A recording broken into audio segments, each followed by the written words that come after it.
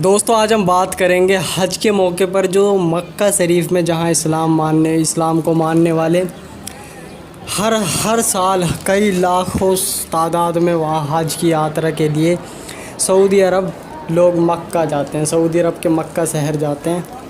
मक्का से ही हज यात्रा को शुरू किया जाता है और वहीं से हज यात्रा शुरू होती है।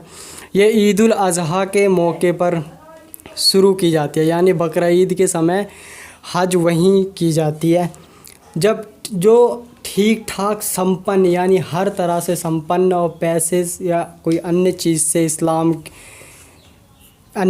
इस्लाम में एक बार उसको हज करना ज़रूरी है।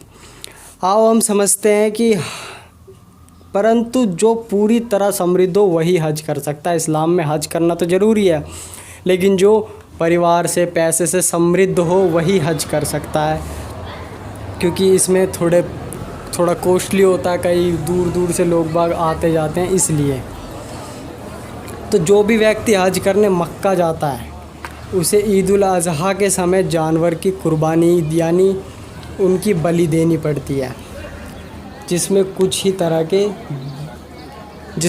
तरह के जानवरों को शामिल किया जाता है, जैसे कि भेड़, बकरा, ऊँट, ऐसे जानवरों को शामिल किया जाता है। हज यात्रा के दौरान ईद उल अज़हा के दिन मक्का में हर हाजी कुर्बानी करता है।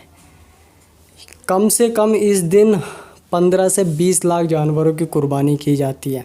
15 से 20 लाख। 2018 में सऊदी अरब हज कमेटी द्वारा बताया गया कि इस बार हज के दौरान 15 से 17 लाख कुर्बानियाँ की गई थी।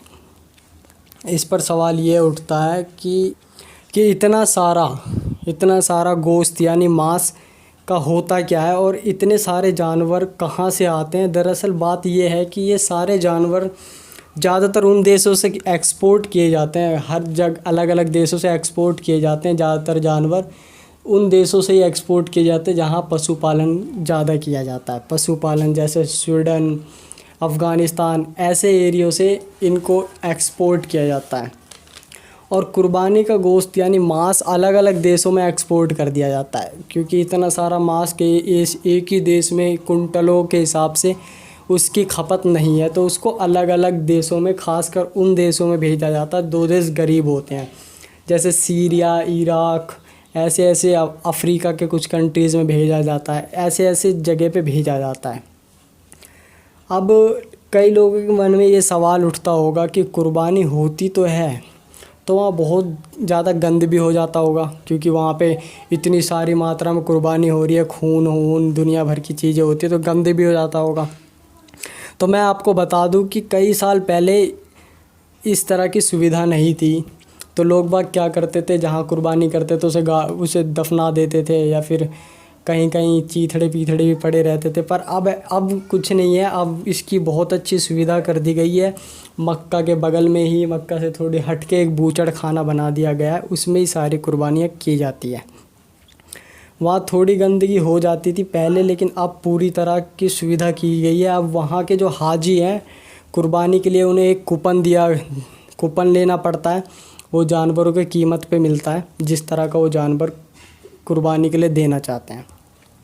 जब उनके जानवर की कुर्बानी हो जाती है तो उन्हें टेक्स्ट मैसेज द्वारा बता दिया जाता है कि आपके जानवर की कुर्बानी हो चुकी है। ये कुर्बानी मक्का के पास ही एक बूचड़ खाने में की जाती है, और वहीं पे ही सारी कमेटी जो है वहीं की, वो ये तय करती है कि कितना मांस किस जगह भेजना है, एक्सपोर्ट करना है, किस गरीब कंट्री में भेजना है। तो इस तरह सारा काम वो अलग अलग अपने हिसाब से एक लिस्ट तैयार करते हैं, एक प्लान तैयार करते हैं। उस हिसाब से वो अलग अलग देशों में उस मांस को एक्सपोर्ट कर देते हैं, ताकि गरीबों के काम आ सके। तो ये थी बकरा ईद से रिलेटेड और हज में होने वाली कुर्बानी से रिलेटेड कुछ जानकारी। बकरा ईद आने वाली है, इसलिए मैंने इस वीडियो को डाला है। आगे भी अगर इस तरह की कोई अपडेट होगी तो हम आपको ज़रूर बताएंगे। जय हिंद।